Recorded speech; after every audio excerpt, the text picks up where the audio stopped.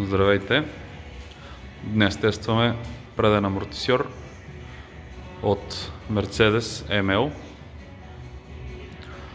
W166 с оплакване за притропване при резки дупки и при висока скорост на движение на амортисьора, т.е. когато се кара по лош път, когато има резка смяна, финна и резка смяна на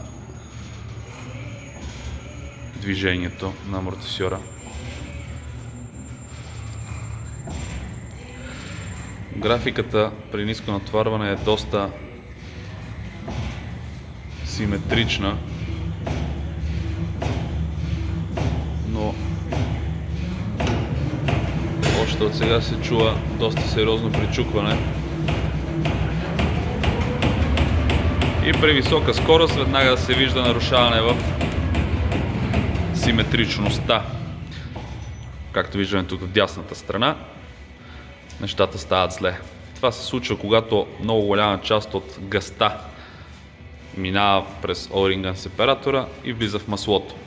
Тоест при голямо натоварване маслото хидравличното в амортисьора става на Кока-кола. А Кока-колата е пълна с гадори. След ремонта ще оправим и тези неща. Това е много финно чукане и доста трудно забележимо. По принцип автомобила в момента ще го пробват да му ремонтират рейката, но както се вижда, рейката няма да оправи това чукане.